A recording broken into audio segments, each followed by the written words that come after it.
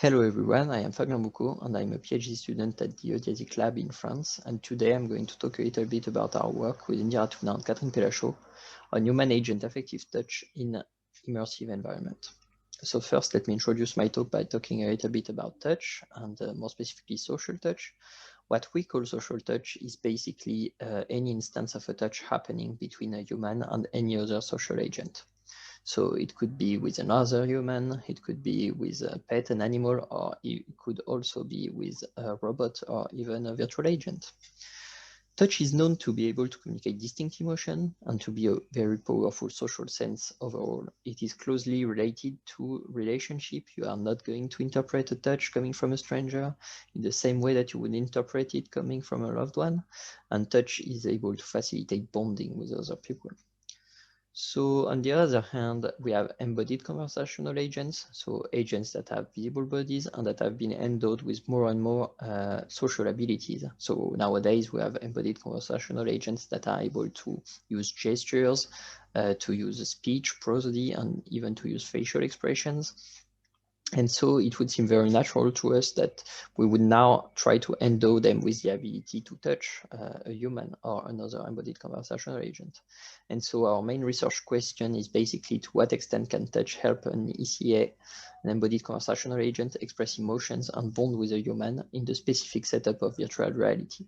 We chose to use virtual reality because it brings a high level of immersion to the human and a high level of agency both to the human and to the agent.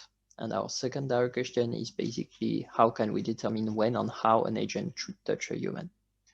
So first, a few words about our immersive setup. We are using an immersive room, a cave, in which the walls and the floor are screens on which we project the stereoscopic 3D environment. And so the human is always able both to see the agent right in front of him as a real person, and also to see his own body, which is not possible when you are using a VR HMD, for example.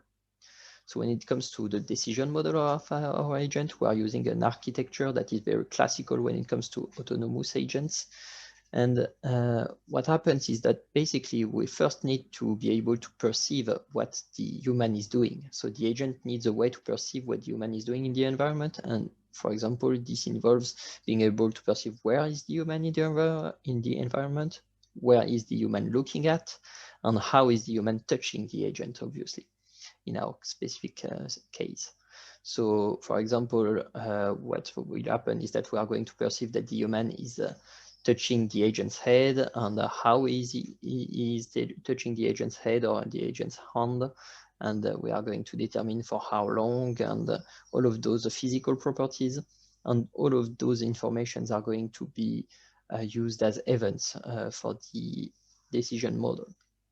So when we go into the agent's mind, the actual decision model of the agent, we first have an appraisal process. So we are going to cognitively assess what an event means to the agent. So if the agent has, for example, gotten hit in the face by the human, is going to appraise this as negative for himself. So the agent is going to experience sadness, for example, or anger.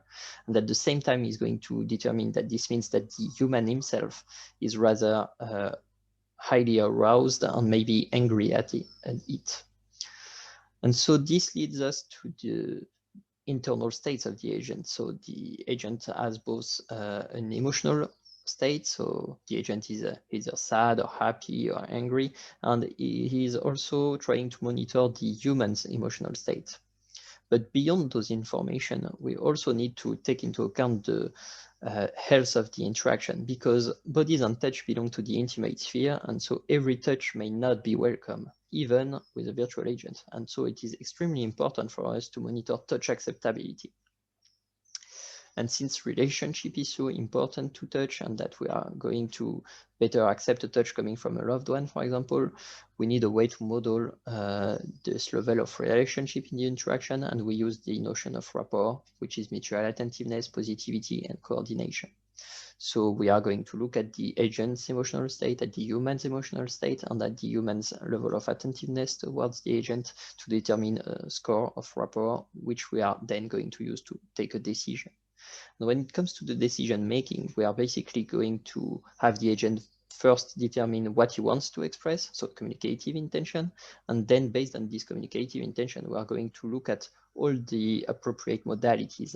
And for example, when it comes to touch, touch is appropriate to expressing comfort, for example. And so if the agent wants to comfort the human, is going to determine that touch is an interesting way to show comfort, and is going to look at the level of rapport measured in the interaction. And if rapport is high enough, then is going to determine that touch can be used, for example, to express comforting behavior. And finally, once we have made a decision, it comes down to instantiating this decision. So how is the agent going to manifest this decision to the human? And to do this, we are using an embodied conversational agent. So the agent has a body, and we are going to use an animation engine, which allows the agent to have facial expression, gestures, etc. But when it comes to the touch itself, to make it perceivable to the human, we are going to use an haptic device that we developed with vibration motors, voice coils. And we are going to combine that to the animations of the agents and touch patterns that we specified for our haptic device. And we selected 4 types of touch: a tap, a sustained touch, a hit, and a caress. And for each of those types of touch, we assign them to a communicative intention, and then we make the decision of which to launch with which animation. So finally, when it comes to the evaluation of our model, we first use the basic simulated interaction to see what the model was capable of, and then we have online evaluation of recorded simulated interaction so that the humans can evaluate what the touch acceptability is.